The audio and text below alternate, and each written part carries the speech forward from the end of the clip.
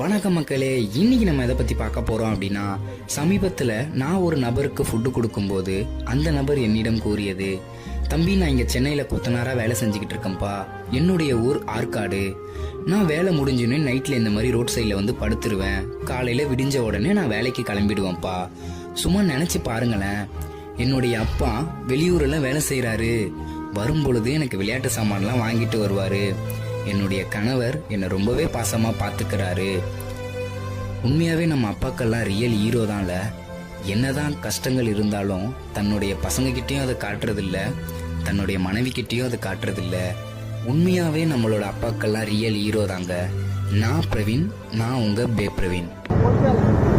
தெரியுங்களா? ஆற்காடா?